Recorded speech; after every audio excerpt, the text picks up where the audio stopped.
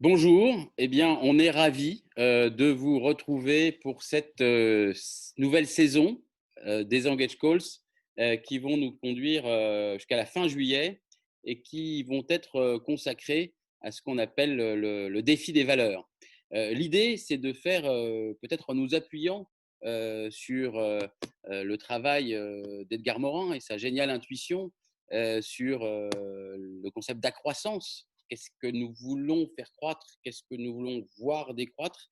Eh bien, de nous interroger sur ce qui fait sens pour nous, sur ce que l'on a envie de défendre, de garder, de conserver. Et pour cela, donc, on aura trois intervenants qui traiteront de ce même thème, du défi des valeurs, à travers un prisme économique, avec Bruno Roche, qu'on retrouvera juste après le début, pour cette émission, pour cette édition des Engage Calls, qui nous parlera de son concept d'économie de la mutualité et de la façon dont tout ça peut permettre de réconcilier le système économique, les entreprises et le bien commun.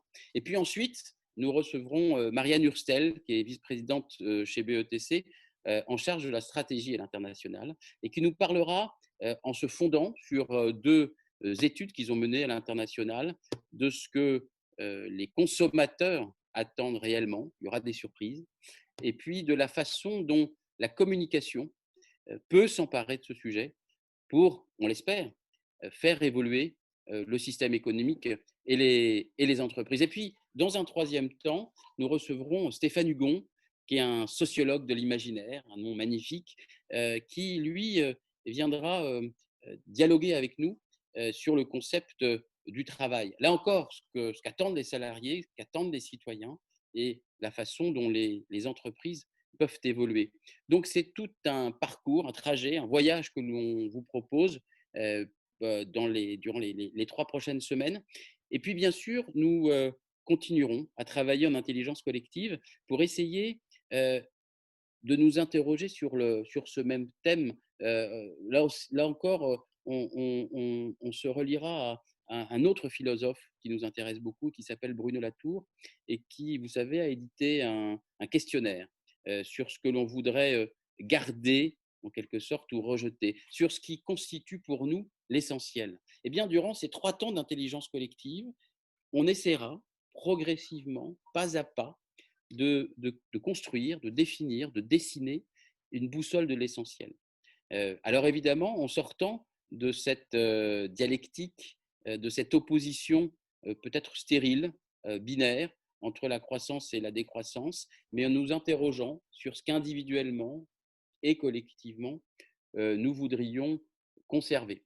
Donc, durant ces 3 moments, eh bien, d'abord, nous réfléchirons à ces valeurs, puis nous essaierons de réfléchir à ce que cela veut dire en termes de système, et puis enfin, dans un troisième temps, eh bien, nous construirons physiquement, opérationnellement cet outil. Alors, on vous informera, on vous donnera énormément d'informations sur ces questions dans les semaines qui viennent, au travers, bien sûr, de nos sites, de nos réseaux, mais aussi de la plateforme engagecalls.com que nous avons créée, justement, pour continuer à débattre à l'issue de ces temps live et d'enrichir les notions qui émergeront de ces temps d'intelligence collective. Donc, on est ravis de commencer ce temps, de commencer ce voyage qui résonne évidemment beaucoup avec notre conviction chez Engage que après cette période de Covid, bah peut-être qu'il y a un besoin, pardon, peut-être une possibilité plutôt, eh bien de changer les choses de façon un peu plus systémique, moins pas à pas peut-être. Et c'est tout cela que l'on vous propose de discuter ensemble. Bref, on va lancer le débat sur la question économique. Je vois que Bruno Roche nous a rejoint. Bruno Roche qui est un économiste, mais qui est aussi un parcours de philosophe. Merci Bruno d'ouvrir votre caméra pile au bon moment, bravo. Et puis je vois que vous êtes un as du branding. Alors on va, donc je disais que vous veniez de fonder cette fondation Economics of Mutuality qui interroge les entreprises, interroge ce qui fait valeur, ce qui compte pour les entreprises. On en parlera évidemment beaucoup plus profondément durant cette heure qui arrive. Et puis, vous êtes aussi, et c'est important, vous êtes modeste, donc vous le disiez sans le dire, mais vous avez aussi une formation de philosophe, un parcours dans la philosophie, un parcours dans la théologie. Et je crois qu'aujourd'hui, interroger la philosophie, la spiritualité et les croiser avec notre réflexion sur l'économie et sur les entreprises est loin d'être neutre. Donc, on est ravis de vous accueillir, Bruno, de commencer cette discussion. Donc, bienvenue, tout d'abord. Merci Jérôme. Et Merci à j'avais toi. une première question qui me vient, parce que je sais que The Economics of Mutuality est né d'une question assez peu banale. Quand tu l'es peut-être encore d'ailleurs, chief économiste du groupe Mars, le président t'a posé une question et tu t'es dit comment la résoudre, comment l'aborder. Quelle était cette question, Bruno? Oui, merci Jérôme. Merci de m'accueillir dans cet espace, voilà, de liberté et d'échange. Et j'en profite pour saluer tout le monde et dire que la joie que j'ai effectivement de partager un peu l'expérience qu'on a depuis une quinzaine d'années. Et peut-être quelques mots sur l'entreprise Mars. Mars, c'est une entreprise qui fait des chocolats, qui fait du pet food, qui fait des marques. Bref, c'est une grande entreprise, une quarantaine de milliards de dollars, qui emploie 120 000 personnes aujourd'hui. Donc, c'est devenu un grand groupe multinational, mais c'est resté encore un groupe familial avec une culture de la discrétion. C'est-à-dire que nos marques sont très connues, mais voilà, la manière dont on fait du business l'est un peu moins. Et il y a une quinzaine d'années, donc presque 2 ans avant la crise de 2008, alors que je venais d'être nommé chief économiste du groupe, il y a eu une discussion entre le management team et le comité exécutif et les actionnaires qui venait des actionnaires, du groupe d'actionnaires. Ils disaient, mais quel doit être le juste niveau de profit pour une entreprise comme la nôtre? Et la question n'était pas posée dans le sens on fait trop d'argent ou on n'en fait pas assez, même s'il y avait des discussions par rapport à cela. Le management voulait augmenter le niveau de profit, les actionnaires voulaient le maintenir le plus bas possible, donc il y avait quand même une discussion par rapport à ça. Mais la question n'était pas posée dans le sens avec un arrière-plan de culpabilité ou de cupidité, mais de dire non, quel doit être le juste niveau de profit pour maximiser la performance de notre entreprise sur l'écosystème dans lequel elle fonctionne. Donc c'est une question éminemment business, une question stratégique. Et cette question m'a été posée en disant, écoutez, le management voudrait augmenter le profit le plus possible pour générer du cash, pour faire des acquisitions. L'actionnaire est mal à l'aise avec l'idée d'augmenter les profits parce qu'ils avaient plus une vision traditionnelle de la chaîne de valeur à l'époque, quand on parlait comme ça. Aujourd'hui, on parle plus d'écosystème, mais il y a quelques années, on parlait des chaînes de valeur. Et l'image qui donnait toujours, c'est qu'une chaîne est aussi forte que son maillon le plus faible. Donc, si un des maillons lâche dans la chaîne de valeur, c'est toute la chaîne qui est remise en question et qui peut, du coup, détruire entièrement le business. Donc, c'est des questions à la fois très stratégiques, très économiques. Et lorsqu'on m'a posé la question, je me suis tout de suite posé la question en disant, mais il y a naturellement 2 manières de répondre à cette question. Il y a une manière très économique en disant, bon, quel est le niveau de profit qui va permettre finalement le réinvestissement dans l'entreprise ou la rémunération des actionnaires bref, qu'est-ce qui va permettre en fait de garder un niveau de performance, de croissance et de profitabilité. Donc, quel rapport il y a entre profit et croissance? C'est la question un peu basique. Mais là, l'autre question, c'est une question plus philosophique, qui est de dire finalement quel est le principe, quels sont les principes philosophiques ou moraux ou de valeurs qui vont me permettre de justifier que je prenne une part X de la création de valeur et que je me l'attribue à moi-même, et quels sont finalement les rapports que je veux établir avec les parties prenantes de mon écosystème. Est-ce que ce sont des rapports de force? Est-ce que ce sont des rapports de réciprocité? Est-ce que ce sont des rapports de soumission que je vais obtenir? Donc, c'est ces 2 questions qui m'ont tout de suite venu à l'esprit en disant une vraie question économique, une vraie question d'éthique, et comment finalement combiner ces 2 aspects. Et lorsque je suis revenu quelques jours plus tard en disant, écoutez, je pense que si on veut répondre à cette question, on peut le faire de 3 manières. On peut le faire à la manière de ce que font les consultants. On fait un benchmark et on regarde un peu où on est l'industrie dans sa profitabilité, et on se compare par rapport aux autres. Et finalement, en fonction du cycle de croissance dans lequel on se trouve, et ben, voilà, on est dans cette plage de profitabilité. Ou au contraire, on regarde plus la théorie économique en disant rapport entre profitabilité et croissance, quelles sont les écoles de pensée qui existent derrière cela, Mhm. et où aussi une école plus de valeurs, d'éthique, en disant quels sont les principes qu'on peut mettre en place. Et donc, de manière assez étonnante, mon entreprise m'a dit, écoute, non, je pense que c'est vraiment une question qu'il faut étudier de manière un peu plus approfondie que juste un benchmark. Si on avait voulu avoir une réponse rapide, on serait allé vers les banquiers d'affaires ou les cabinets de consultants. Mhm. On veut une réponse un peu plus approfondie, c'est pour ça qu'on se tourne vers notre chef économiste et son think tank pour réfléchir à cette question. Donc ça, c'était le début de la réflexion sur le modèle qu'on a appelé après Economics of Mutuality. Voilà. Et alors, du coup, tu commences à réfléchir à cette question. Tu t'aperçois évidemment qu'elle est plus complexe que simplement cette question peut-être de la juste rémunération, du juste profit.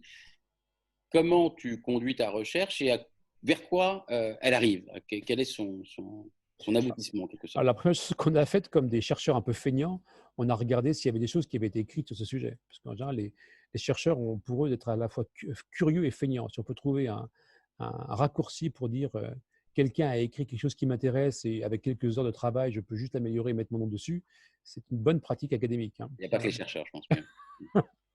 Et donc, et malheureusement, quand on a fait notre travail, il y avait aucun, enfin, c'était un angle mort dans la littérature.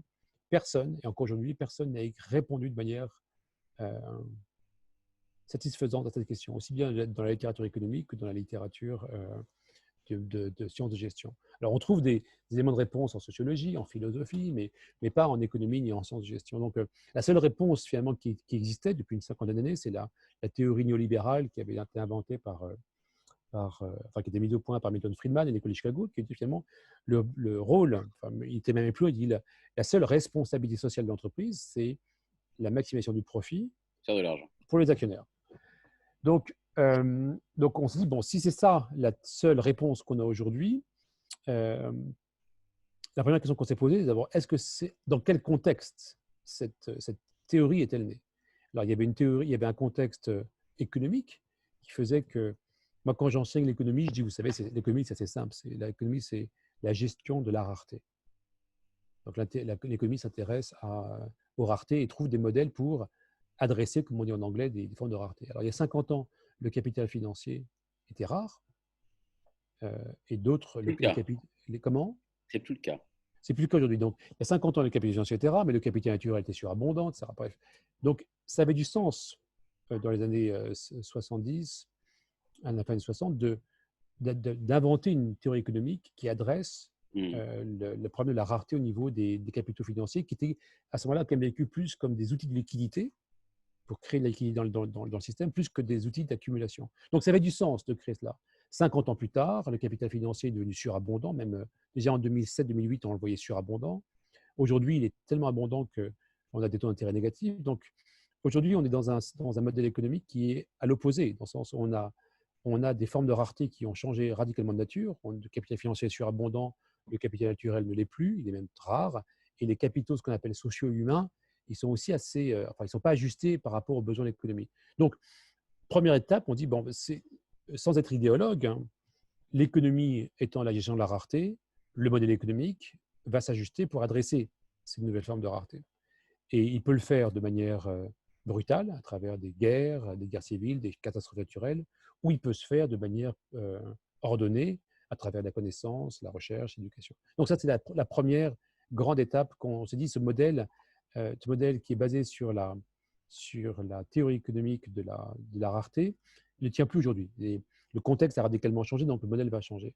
La deuxième chose qui est intéressante, c'est de voir comme, vraiment l'influence qu'a eu une philosophe qui est assez peu connue en France et qui est extrêmement connue aux États-Unis et influente, qui s'appelle Ayn Rand, qui a écrit énormément de choses sur la vertu de l'égoïsme, sur le fait que toute forme d'altruisme est une forme d'anthropophagie, etc. Donc, c'est une femme qui est arrivée dans À les... quelle époque? Je la connais pas. À quelle époque? Ayn Rand, c'est A-Y-N, et plus loin R-A-N-D. C'est une femme d'origine ukrainienne, juive ukrainienne, qui est arrivée au milieu du XXe siècle aux États-Unis, donc qui a émigré, qui était très traumatisée par la collectivisation bolchevique. Donc elle a fui ça et elle a développé une philosophie extrêmement puissante. La plupart des grands intellectuels et des économistes américains se réfèrent à elle.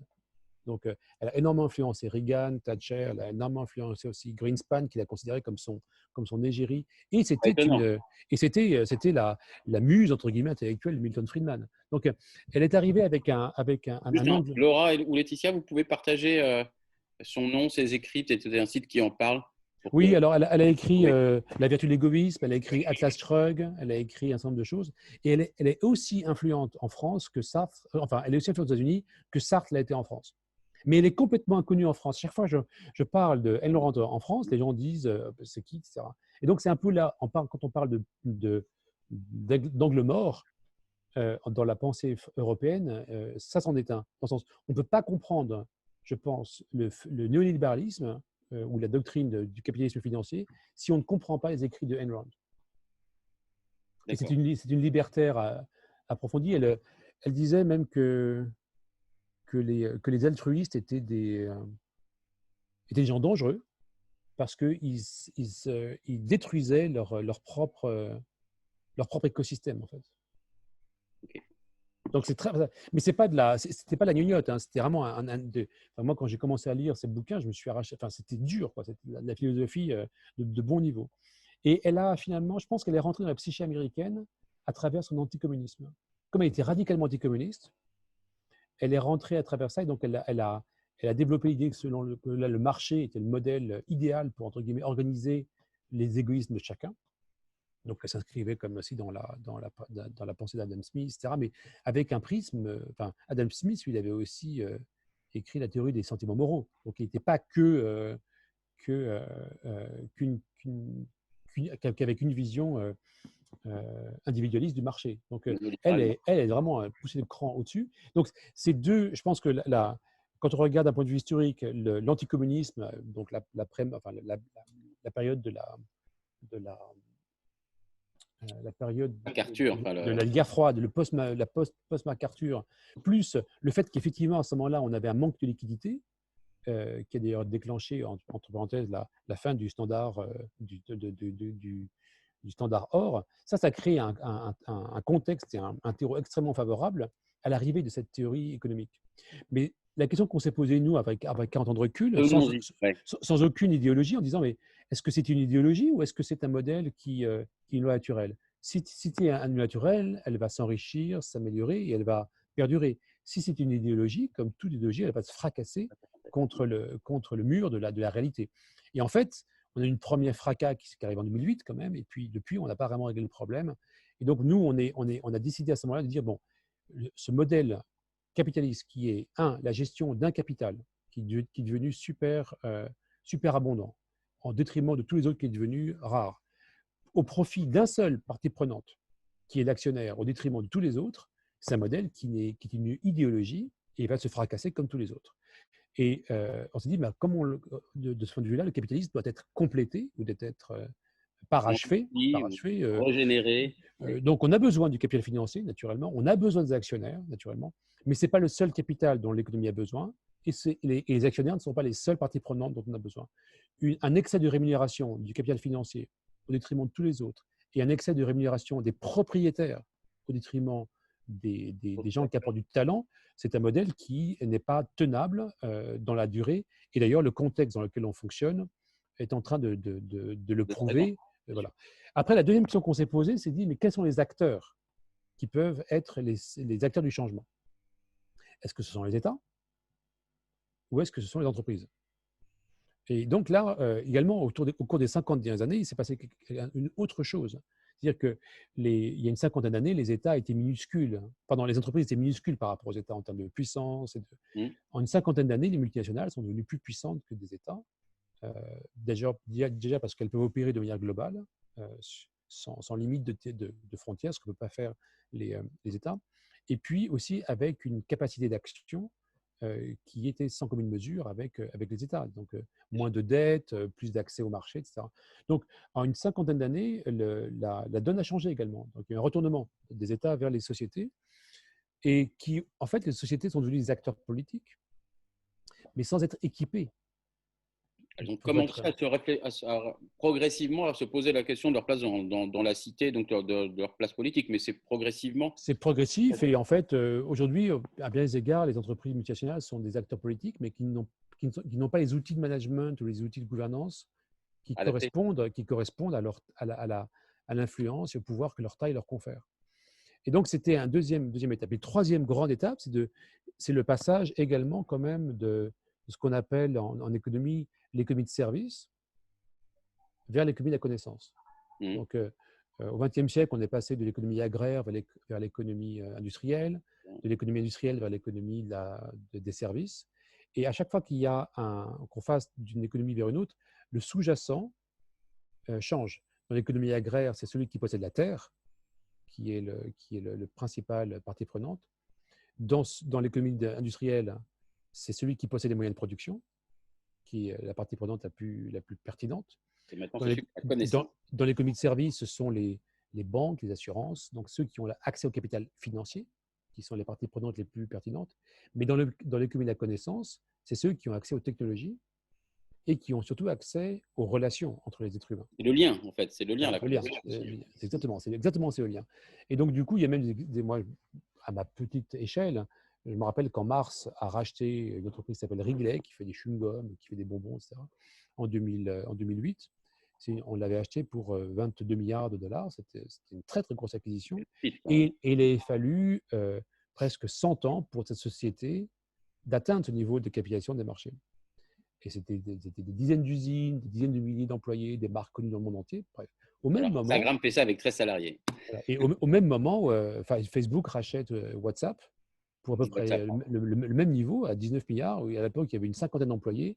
Il avait fallu même pas 10 ans pour faire ça. Donc, on se rendait compte à ce moment-là que finalement, le sous-jacent pour la création de valeur n'était plus forcément le capital financier, mais ce que j'appelle le capital social, c'est-à-dire la relation entre les êtres humains, et aussi le capital humain, c'est-à-dire la connaissance des êtres humains. Donc, ces trois phénomènes, je pense, le changement de rareté dans l'écosystème, la prépondérance des multinationales par rapport aux autres parties prenantes et le passage très rapide d'une économie de service vers une économie de la connaissance fait que la pertinence de la gestion du capital financier est devenue de moins en moins évidente, et même, on peut même dire qu'elle a commencé à d'autodétruire. Quand on arrive à un système où on a des taux d'intérêt négatifs, c'est-à-dire que la finance n'est même plus au service de l'économie, c'est un petit moment qu'elle ne l'est plus, mais elle n'est même plus au service d'elle-même. Donc, on arrive à une espèce de mur qui fait que les ressorts de la création de valeur doivent se situer en dehors. Et c'est ça qui a en fait motivé l'économie de la mutualité. Alors, du coup, on y arrive. Arrive la naissance de cette économie de la mutualité, on peut dire comme ça, économie de la mutualité. Qu'est-ce que ça veut dire? Qu'est-ce que ça signifie? Qu'est-ce qu'il y a derrière? Alors, le premier principe de la mutualité en anglais, c'est ce qu'on appelle la réciprocité. Donc, au début de notre intervention, je vais expliquer qu'on peut réfléchir aux différents types de relations qu'on peut établir avec des parties prenantes. Par exemple, l'esclavage, c'est un excellent modèle économique, hormis la morale ou éthique. La dimension morale ou éthique, mais c'est un modèle économique qui a bien marché puisqu'on a pu construire des empires avec ça. En revanche, on sait aujourd'hui que quand même le capital social et le capital humain qui était présent dans ces populations d'esclaves était quand même très mal géré, et que finalement, dès que ça a été abandonné, on a pu créer un modèle économique qui était supérieur en termes de création de valeur. Donc, ce qu'on dit aujourd'hui, c'est que aujourd'hui, le rapport que le capitalisme financier impose dans l'économie sont des rapports de force qui sont basés sur la taille. Okay, donc, plus je suis gros, plus je peux exploiter finalement mon écosystème et en extraire de la valeur. Donc, c'est un mode, enfin, j'exagère un peu, mais c'est pour forcer le trait. C'est pour dire qu'on est dans le capitalisme financier, c'est un modèle d'extraction de valeur pour quelques-uns. Absolument. Ouais. Et donc, on s'est dit, est-ce qu'il n'y a pas un modèle économique qui est supérieur, mais qui ne serait pas basé sur le rapport de force, mais sur la réciprocité? Donc, au lieu d'établir des rapports de force, établir des rapports de réciprocité, d'où le mot mutualité. Ça c'est la première question qu'on s'est posée. La deuxième question c'est posée, de dire, mais finalement, toute entreprise, naturellement, a besoin de capitaux financiers pour fonctionner, naturellement, mais pas que. Elle a besoin également de capitaux humains, de capitaux financiers, de capitaux sociaux, de capitaux naturels. C'est comme ça qu'on l'a défini. Et simplement, aujourd'hui, le management fait une très bonne gestion des capitaux financiers. Mais quid, finalement, qu'est-ce qui se passerait si on appliquait la même discipline de management à des capitaux non financiers et sur lesquels on établirait des rapports de réciprocité et non plus des rapports de force? Finalement, vers quel type de modèle économique on irait? Donc, on a commencé à se poser des questions, de dire, bah, écoute, qu'est-ce qui se passerait si on crée un modèle, un business model, fondé sur une vision d'une raison d'être? On en parlait déjà à l'époque, bien avant que ce soit la mode. Une raison d'être qui ne soit pas la maximisation du profit, mais qui soit la maximisation de solutions profitables et à grande échelle pour les problèmes, Des acteurs. pour les problèmes qui existent dans l'écosystème de l'acteur en particulier. Ça, c'est l'idée de la raison d'être qui organise de manière très stratégique les parties prenantes de l'écosystème. Deuxième grande étape, c'est de dire, finalement, l'entreprise doit se décentrer. Elle n'est pas au centre de son écosystème, c'est la raison d'être qui est au centre de son écosystème. C'est un peu une révolution copernicienne, en fait. Hein. C'est-à-dire de dire, tant que l'entreprise se croit au centre de son écosystème, elle passe à côté d'opportunités de création de valeur. À partir du moment où elle place la raison d'être au centre de son écosystème et qu'elle se considère elle-même comme un des acteurs dont le rôle est d'orchestrer les différentes parties prenantes, elle ouvre un champ d'innovation qui était jusque-là inexploré. Donc, il y a cette première grande partie écosystème et décentrage. Deuxième grande partie, c'est qu'il faut les connaître quand même. Il faut les connaître, l'écosystème. Donc, il y a un processus de mapping, de cartographie, et en particulier d'identification des points de tension qu'il y a dans l'écosystème, en rapport avec la raison d'être.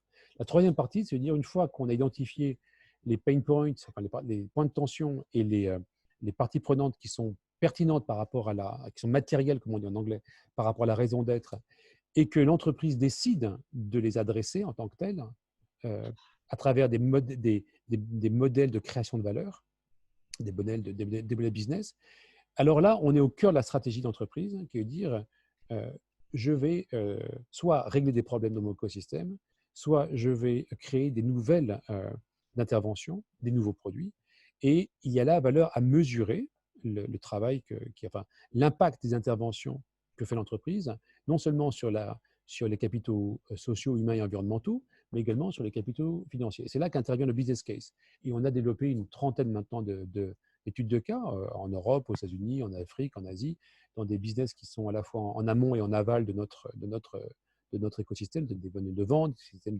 d'approvisionnement.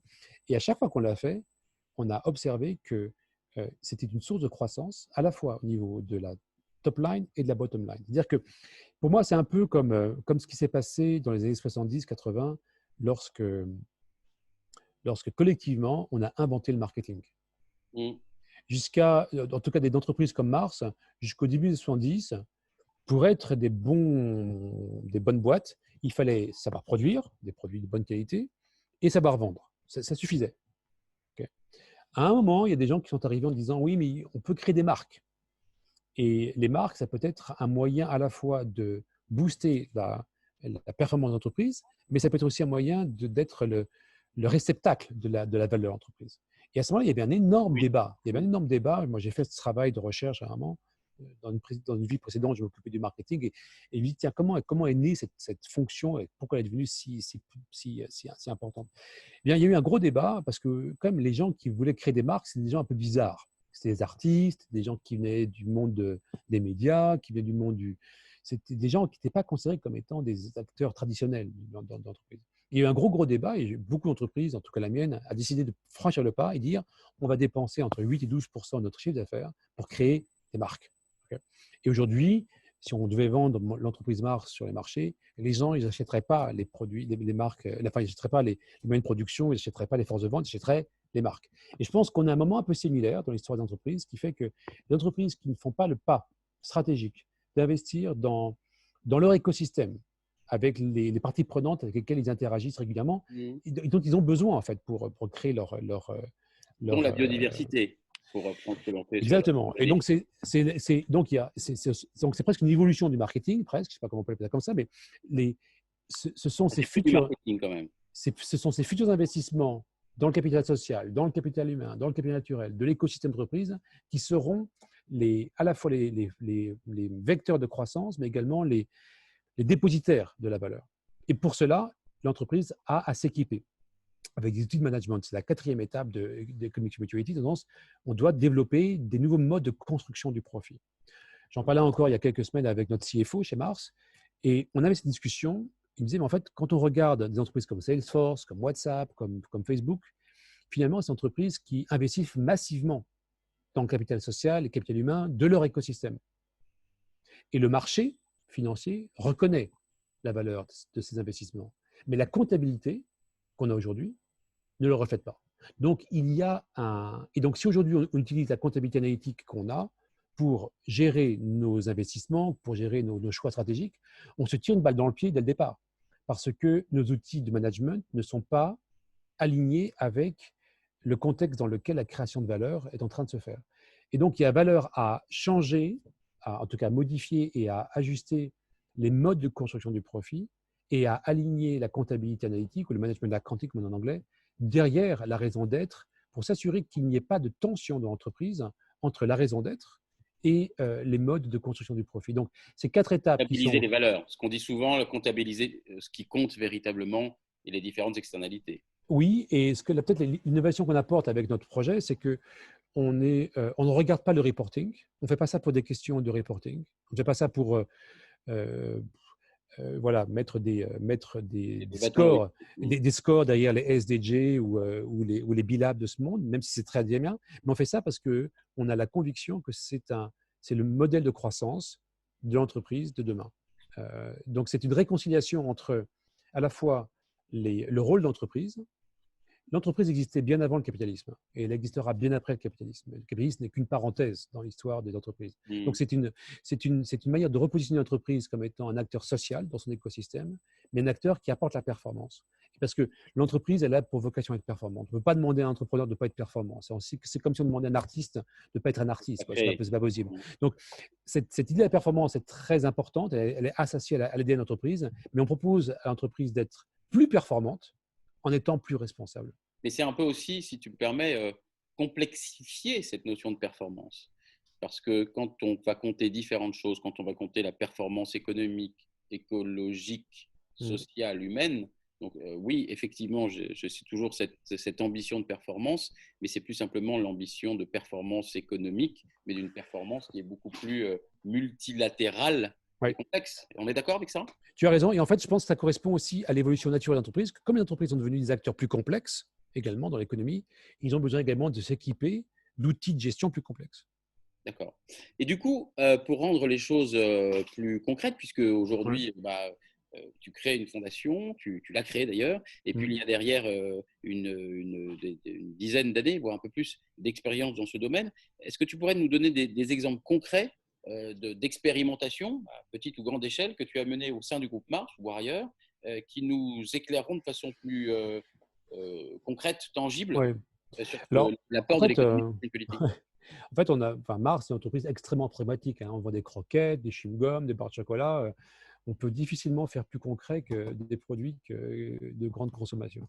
Donc, il y a toujours eu cet impératif que tout ce qu'on faisait soit très ancré dans la réalité d'entreprise.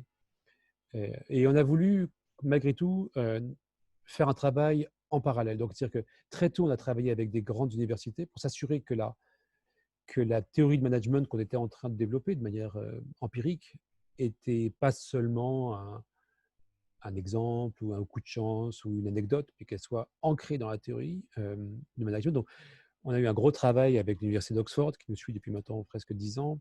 On a créé des laboratoires, on fait des forums, on fait des formations, on enseigne cette théorie économique pour s'assurer que la nouvelle génération soit quand même exposée à autre chose que faire voilà. Donc ça reste très pragmatique au sens de ce point de vue-là, dans le sens c'est des papiers, c'est des conférences, ce sont des curriculums de MBA.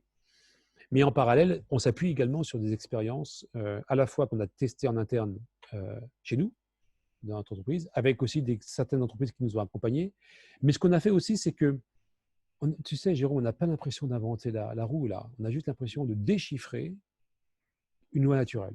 qui existe depuis très, très, très longtemps même. Enfin, j'ai écrit un livre il y a quelques années qui s'appelle Completing Capitalism. Je fais un peu de publicité, mais on est On remonté va le retrouver, on jusqu'au va le mettre dans le top. ouais, Completing Capitalism, Heal Business to Heal the World. D'ailleurs, c'est intéressant parce que il était en ligne depuis, oui, en ligne depuis quelques semaines que le gouvernement chinois m'a racheté les titres pour, le, pour le vendre. Donc, il traduit en chinois. Ça Ouais. correspond, je pense, aussi à leur vision de trouver un troisième voie entre le planification. Enfin, et bref. Troisième voie, c'est leur truc.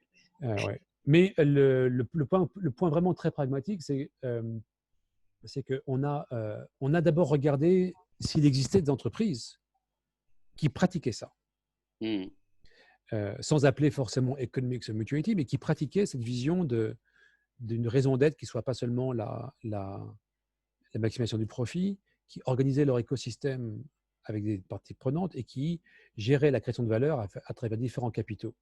Et on a trouvé quelques-unes, donc on les a étudiées humblement parce qu'on est passé par Oxford pour passer du temps avec eux, comprendre comment ils fonctionnaient, d'où ça venait. Alors il y a un exemple que j'aime beaucoup, que je cite, parce que c'est aussi leur rendre honneur à ce qu'ils font, c'est Novo Nordisk, une entreprise qui fait qui est une entreprise de pharmacie et qui a comme principale activité la vente d'insuline.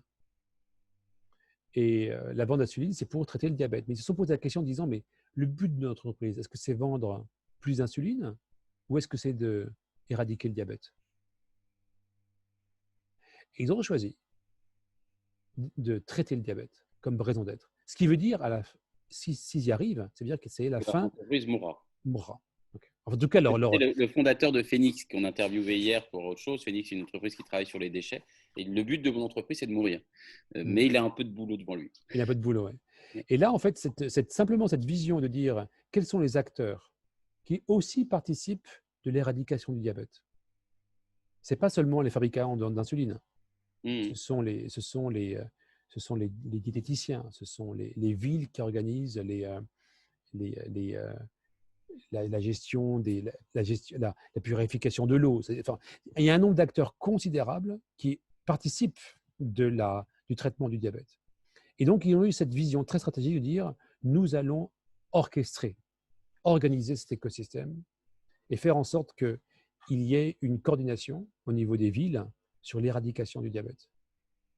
Donc, ce sont des gens qui ont investi considérablement dans ce que j'appelle le capital social, donc la relation avec des acteurs, dans ce qu'on appelle le capital humain, donc la connaissance de l'éradication du diabète, et qui organisent ça. Aujourd'hui, c'est une entreprise qui, non seulement a considérablement innové sur ces questions-là, donc elle s'est positionnée comme un acteur majeur sur ces questions-là, mais également est le premier acteur sur ces questions-là. Donc, il y a eu là un move stratégique qui a permis de positionner cette entreprise comme étant leader sur son marché. C'est un bel exemple. Est-ce que tu as un exemple chez Mars que Oui, vous avez alors j'y viens. transformé peut-être un business justement avec en appliquant cette théorie ou cette…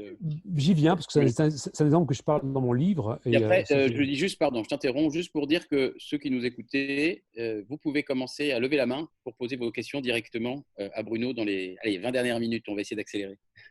Oui, c'est accéléré. Donc, deux exemples. Un exemple dans un pays en voie de développement, d'un pays avec un PIB faible, et un autre exemple dans un des pays les plus riches du monde. Donc, c'est pour montrer la stabilité de l'approche. Le premier, c'était enfin, quand on a vraiment fini de développer de manière théorique ce modèle, hein, c'était 2010-2011, Mars m'a dit, chiche, on va le faire, en vrai. Et alors, on dit, mais on commence où? Où est-ce qu'on va le faire? Et à ce moment-là, ils ont dit, on va commencer dans un endroit qui est peut-être le plus difficile, juste pour stress-tester l'approche, pour savoir si elle tient vraiment dans un environnement extrêmement hostile. Et donc, on est parti au Kenya. Mars avait une usine de chewing-gum là-bas. Et il y avait une grande zone à la périphérie de Nairobi qui s'appelle Kibera, qui était le plus grand bidonville d'Afrique. Et de dire, bon, là, il n'y a pas de capital social. Enfin, si, il est géré par les gangs. Il n'y a pas de capital humain parce que la population est à peine lettrée. le capital naturel, il est inexistant parce qu'il n'y a pas de place pour même faire pousser une herbe. Et le capital financier, les gens sont à moins de 2 dollars par jour. Et personne n'a réussi à créer un business stable et prospère dans un environnement comme celui-ci. Alors, ils m'ont dit, écoute Bruno, si ton modèle est si performant, eh ben, testons-le dans un endroit où de pression maximum. Et effectivement, quand on a fait notre audit, et l'idée, c'est de dire on est parti d'un business existant, c'est-à-dire finalement vendre des chewing-gums. Hein. Il fallait partir de manière assez pragmatique. Alors, on a fait attention que ce soit des chewing-gums qui soient quand même sugar-free, mais c'est à peu près tout, quoi. Et en quelques mois, enfin, après notre audit de capital social, capital humain, capital naturel, capital financier, la raison d'être qui était assez facilement de dire nous allons donner un job à un certain nombre de jeunes gens, de jeunes filles qui sont dans on appelle ça des underprivileged youth. C'était vraiment la raison d'être. Est-ce qu'il est possible de créer un business à partir de là? Alors, je vais vite parce que c'est écrit dans mon livre, donc les gens qui veulent le lire pourront le lire. Mais moi, je pensais qu'on allait mettre 1 an à être break-even. Okay. Au bout de 3 mois, on l'était déjà. Et au bout d'1 an, ce business, qui était simplement un business de vente, de route to market, mais en utilisant les ONG, en utilisant les banques de microcrédit, en utilisant parfois même les organisations religieuses qui nous disaient, vous savez, ces jeunes gens-là, ils n'ont peut-être pas d'argent, ils n'ont peut-être pas de diplôme, mais ce sont des gens de confiance, on les a vus gérer des groupes, etc. Donc, on vous les recommande en termes de vendeurs. Donc, c'est drôle parce que je me disais, quand on veut de l'argent, on va à la banque, mais quand on veut du capital social, où est-ce qu'on va? Eh ben, on va dans les ONG, on va dans les organisations sportives, on va dans les organisations religieuses qui sont capables de nous prêter du capital social. C'est passionnant sur la théorie de l'alliance, avec qui on s'allie en fait. Voilà. Le jeu est fondamental. Ouais. Capital humain, c'est pareil. Comment est-ce qu'on va former ces gens aux techniques de base d'entrepreneuriat? Bref, au bout d'1 an, ce business était en croissance de double digit. Et aujourd'hui, c'est un business qui représente 25% du business local, qui se répand dans le monde entier et qui a surtout, ce qui est intéressant, c'est qu'il a une croissance plus rapide que le business traditionnel et qui a un niveau de marge supérieur. Et au passage, les gens sortent de la pauvreté, les prostituées deviennent des vendeurs, les chefs de gang deviennent… Bref, c'est une histoire magnifique sur le plan social. Mais c'est un business qui est plus performant que le business traditionnel de vente à travers des distributeurs traditionnels. Donc ça a vraiment alerté, énormément intéressé le business en disant mais c'est incroyable dans le sens… Alors oui, on va le répandre dans d'autres pays, donc on le fait en Inde, en Philippines, au Brésil, bref. Mais surtout, la vraie question de dire est-ce que c'est un modèle qui est seulement un modèle de développement ou est-ce que c'est un modèle qui a vocation également à transformer des business beaucoup plus établis, etc. Et là, on est passé à l'autre extrême du business de Mars, qui est un business de premium, hein, c'est un business de ce qu'on appelle le Royal Canin, qui est un business qui vend des croquettes très très chères à des gens qui ont des chiens de très bonne… voilà. Et là, c'est intéressant, c'est un business également qui fonctionne, je n'ai pas le temps de développer ici, mais c'est un business qui fonctionne également énormément sur les relations entre les vétérinaires, avec les éleveurs, et qui place la connaissance et entre guillemets, le respect comme une valeur au-dessus de toutes les autres.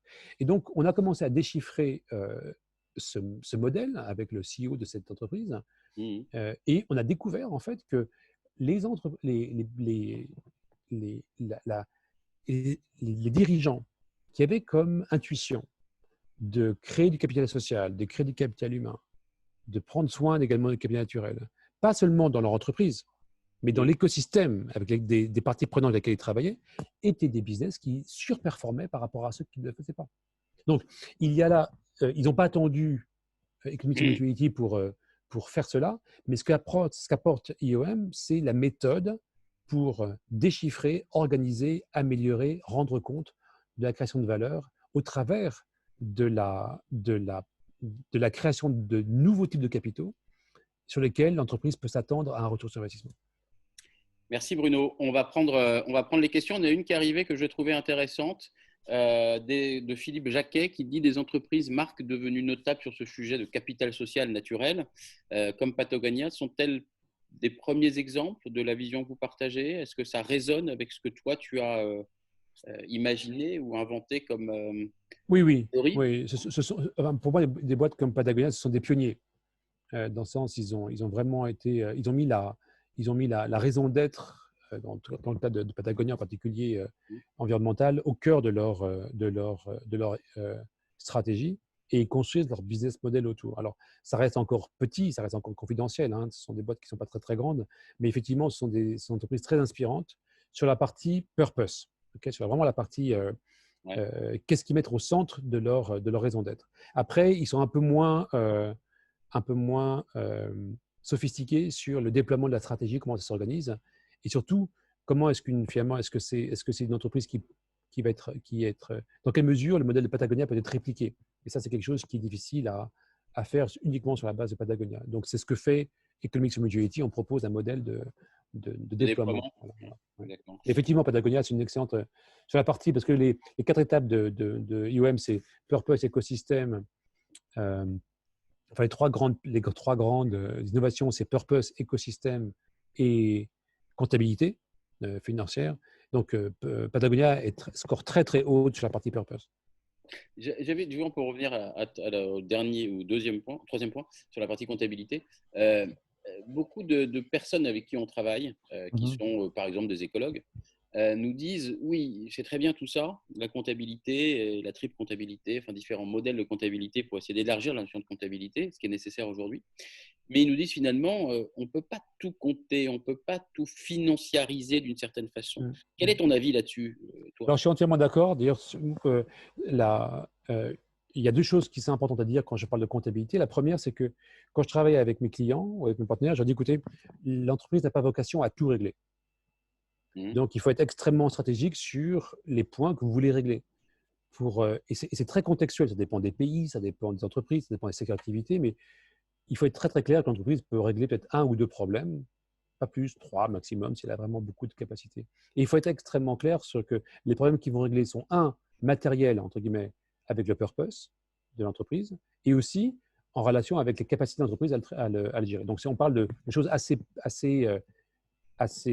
peut-être modestes, mais bon, moi je pense toujours à ce texte de l'Antiquité qui dit « Sois fidèle dans les petites choses et on te confiera de grandes choses ». Donc, les entreprises qui choisissent des purposes super inspirants et puis qui en même temps… moi, je ne suis pas d'accord avec ça. Ça, c'est du marketing, non ? On revient à la notion du marketing du monde d'avant. Oui, mais le marketing, il est toujours en rapport avec un produit qui délivre. Donc, parce qu'un marketing qui n'est pas on va dire de la communication. Voilà. Okay. Et donc, moi, je pense qu'il y a même un danger à surcommuniquer. Enfin, moi, je pense toujours, chez Mars, il faut dire toujours under promise and over deliver. Ça, c'est une bonne méthode de management. Mais alors, du coup, toi, tu comptabilises la nature ? Tu comptabilises les externalités d'une entreprise sur la nature ? Alors, ça dépend. Certaines entreprises sont très exposées par rapport à la nature, et je pense qu'il faut, dans ce cas-là, tenir compte de la nature. Certaines entreprises sont peu exposées par rapport à la nature, mais en revanche, sont plus exposées sur des capitaux sociaux ou humains, par exemple, ou du capital financier partagé. Donc, ça dépend de l'entreprise. Après, une fois qu'on dit ça, on est très, très clair pour dire la comptabilité, d'abord, c'est une comptabilité analytique. Ce n'est pas une comptabilité pour faire du reporting. C'est une comptabilité pour gérer. Okay. Donc, et là, on a établi quelques principes de base qui, je pense, nous distinguent des autres écoles de pensée. La première, c'est qu'on parle de single bottom line. On ne parle pas de triple bottom line. Il n'y en a qu'une.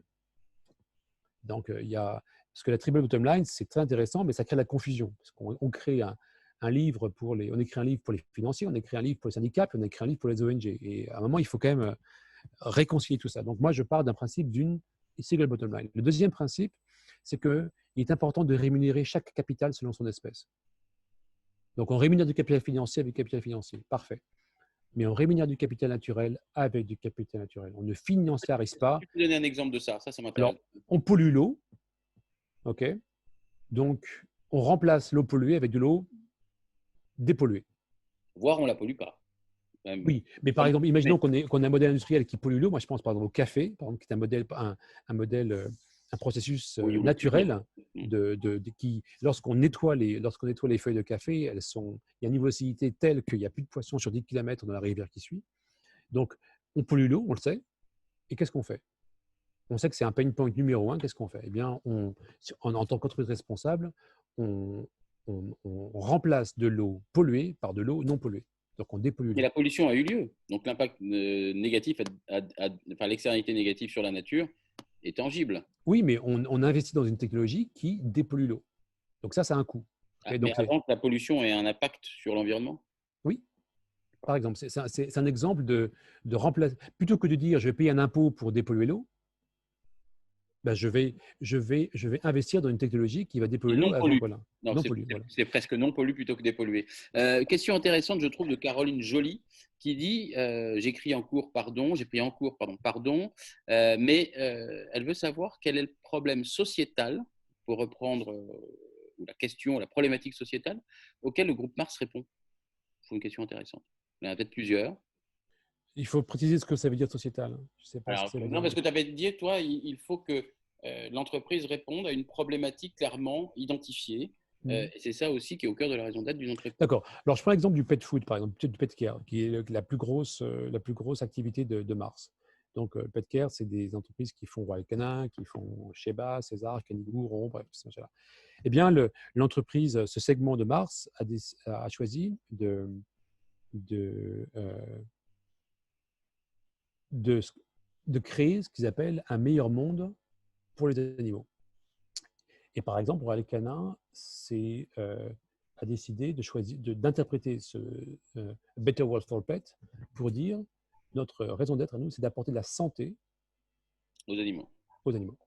Sachant qu'à travers la santé qu'on apporte aux animaux, on apporte aussi un bien-être à l'humanité, etc. Parce qu'on a des études en pagaille qui montrent que la présence d'un animal de compagnie dans une famille est un des seniors aussi. Et auprès des seniors, c'est un gage de santé mentale, de santé émotionnelle, etc. Donc, et ça répond à un problème social. Donc, il y a des programmes voilà, qui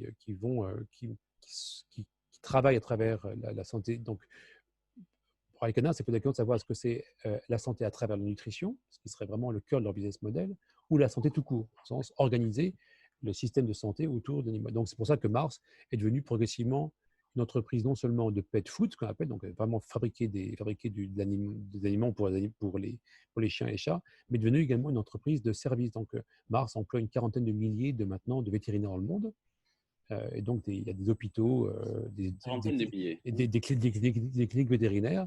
Donc, ça correspond en quelque sorte à cette vision de dire que la Better World for Pets, ça passe par la nutrition, ça passe par les soins de santé, ça passe également par la connaissance. Donc, il y a des petites startups qui permettent de mettre au cou de son chat ou de son chien un GPS pour quand on l'a perdu, on le retrouve. Donc voilà, ça c'est un business, hein, donc qui apporte une dimension.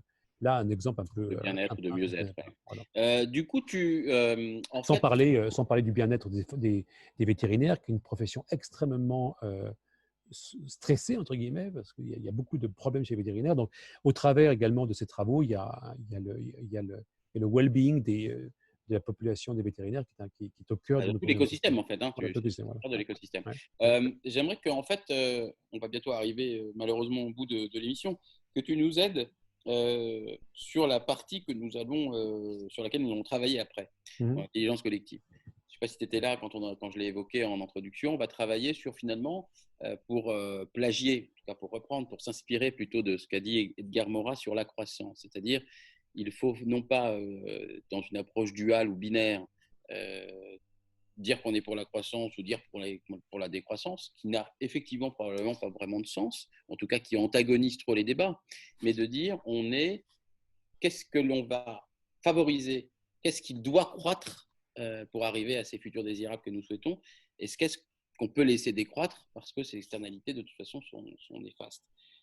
Qu'est-ce que cette théorie, qu'est-ce que cette vision t'évoque? Vous avez 5 heures. Oui. Écoute, j'ai envie de répondre très rapidement à ce que j'ai dit au début, dans le sens, l'économie, c'est la gestion de la rareté.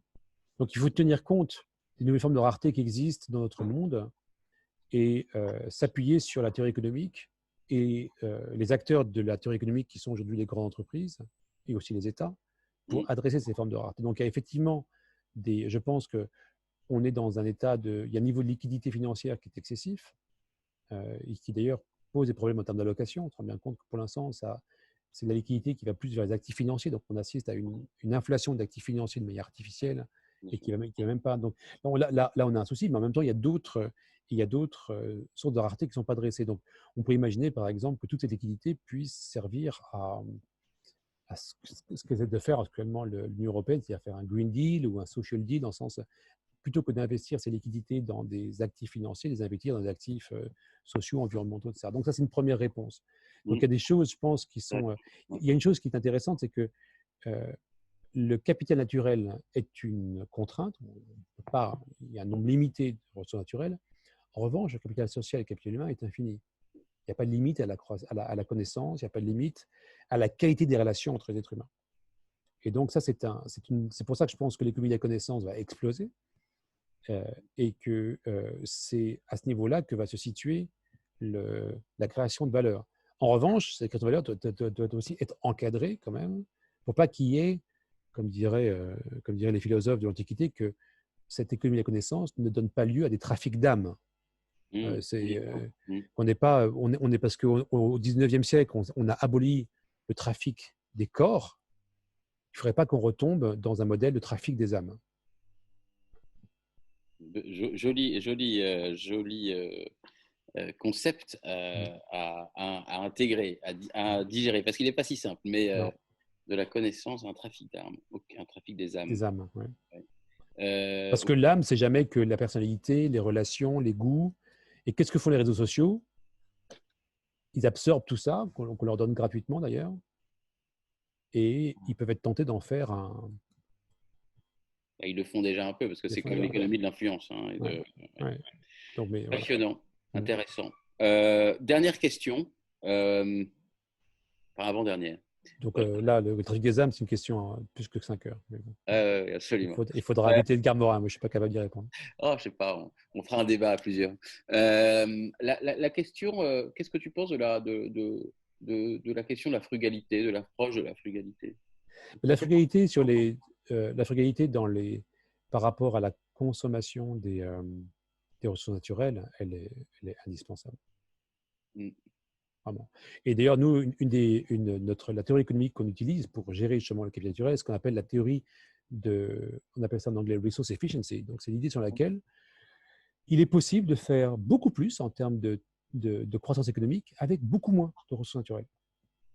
On n'est pas obligé de rentrer dans une logique de décroissance.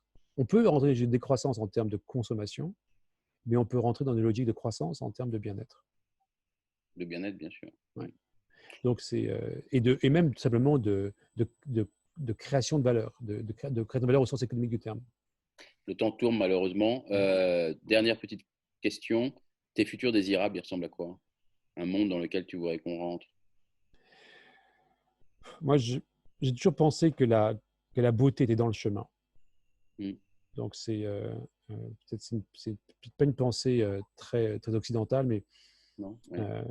C'est pas l'objectif qu'on met comme se projeter. C'est pas l'objectif, c'est humblement avancer sur le chemin qui est devant nous, qui lui va vers un futur désirable. Mais quel est-il? Je pense qu'on a aujourd'hui, on est dans un moment très intéressant de notre histoire. Où on est à la fin d'un modèle économique, on est à la fin d'un modèle de multilatéralisme. Espérons-le pas, parce que le multilatéralisme, c'est presque l'économie de la mutualité quelque part. Si on quitte le multilatéralisme, est-ce qu'on va… Oui, mais je veux dire, on est à la fin d'un modèle mutualiste qui était fondé par les vainqueurs de la Seconde Guerre mondiale et qui ne marche plus. Dans ce sens-là. On est à la fin d'un modèle économique qui était aussi inventé par les vainqueurs de la Seconde Guerre mondiale et qui ne fonctionne plus. Et donc, on a un moment charnière en termes de la relation des hommes avec la Terre, la relation des hommes avec leurs prochains. Et à un moment, on est à un moment où la connaissance n'a jamais grandi aussi vite. Il y a un texte également que j'aime beaucoup, qui est un texte d'un penseur de Babylone qui disait, il avait cette vision de dire, à la fin des temps, les hommes courront ça et là, et la connaissance sera augmentée. Et aujourd'hui, on est à un temps où les hommes courent ça et là, oui. de manière virtuelle ou de manière réelle, et la connaissance augmente. Donc, il y a enfin, je pense que la connaissance qui est celle dont on a besoin, elle se passe dans la relation entre les êtres humains. Et on n'a jamais eu autant de connaissances, on n'a jamais eu autant d'outils pour justement gérer ce futur désirable. Donc, moi, je reste assez optimiste par rapport à ce que l'humanité va À réinventer. va réinventer, mais c'est un moment de réinvention. Et comme tout le monde de réinvention, il y a des risques considérables de retour en arrière. Mm. Et il y a des risques aussi d'opportunités considérables enfin, il y a des opportunités considérables de bons en avant. Donc, moi, j'espère surtout avec la fondation qu'on crée, avec ce qu'on fait, de rejoindre ce Oui, mouvement. modestement, ça. Mm. Et je pense que mon futur désirable, c'est, comme dirait ma grand-mère, un jour à la fois. Non, un jour, un pas à la fois, Chaque jour. chaque jour avec foi. Ah, c'est joli. Mm. Je m'étais trompé, c'était pas la dernière question. On t'avait demandé une œuvre d'art. Laquelle as-tu choisi? Ouais, Oh, petit. c'est facile parce que Toi. vous m'avez posé la question avant. Moi, j'aime énormément Le Petit Prince. Petit Prince, ouais. Voilà. Pourquoi? Voilà. Ben, parce que, Pourquoi tu le rapproches de notre discussion, en fait? comment? Donc, pourquoi tu le rapproches de notre discussion? C'est la protection, c'est le rapport à l'animal, c'est le dialogue, c'est l'humilité, c'est quoi? C'est le rêve. Ok. Eh ben, écoute, si on s'arrêtait là-dessus, c'est très beau de finir sur un rêve, non? Mm. Bon, je te remercie infiniment, Bruno, Merci, pour le Jérôme. temps que tu nous as consacré, pour ta connaissance, pour la générosité de ton partage. Nous, on va se retrouver alors la semaine prochaine avec Marianne Hurstel, qui nous parlera, qui est Chief Strategy Officer, attention, c'est ronflant, chez BETC, et qui a mené deux études internationales sur la consommation et la communication, qui ne sont pas si positives que ça, malheureusement, sur ce que les gens attendent et les entreprises, la réaction qu'ils commencent à avoir par rapport à tout ce qui s'est passé. Mais ce serait très intéressant d'en dialoguer, de dépasser probablement les clichés qu'on peut avoir. Et puis après, on parlera dans 2 semaines avec Stéphane Hugon, qui est un sociologue de l'imaginaire, ce que tu connais, et avec qui on dialoguera sur finalement quel est notre rapport au travail, à la fois, je dirais, opérationnel et philosophique. Et puis progressivement, à partir de tout de suite là, on va y aller. On peut mettre le lien d'ailleurs, si tu veux bien, Laetitia ou Laura. Voilà, elle m'a devancé. Ça, c'est voilà, il y a les deux, il y a le billet web et puis après on peut se connecter à l'intelligence collective. Je vous invite à y aller. Il y a eu moins d'inscrits cette fois-ci pour l'intelligence collective, alors qu'on va se lancer là très vite dans une très belle aventure pour essayer de créer notre boussole de l'essentiel, savoir comment se diriger. On va commencer à réfléchir à savoir si on ne pourrait pas créer un outil pour ça. Je ne sais pas à quoi il ressemblera. Un arbre, une boussole, un mind map, j'en sais absolument rien. Et on va voir 3 fois 3 heures, et puis ensuite on continuera à travailler dessus pour réfléchir à ça. On l'avait déjà mis, figure-toi, Completing Capitalism. Mais merci infiniment. Je te salue, on te salue tous. Voilà. Et merci infiniment de ce temps. J'espère à très vite et peut-être dans le non digital. Voilà. Merci Jérôme, et merci beaucoup à Laura aussi, et Roman et Laetitia Voilà, pour leur travail. comme d'habitude. Voilà. Voilà. Merci infiniment. Merci à vous tous. Au revoir. À bientôt.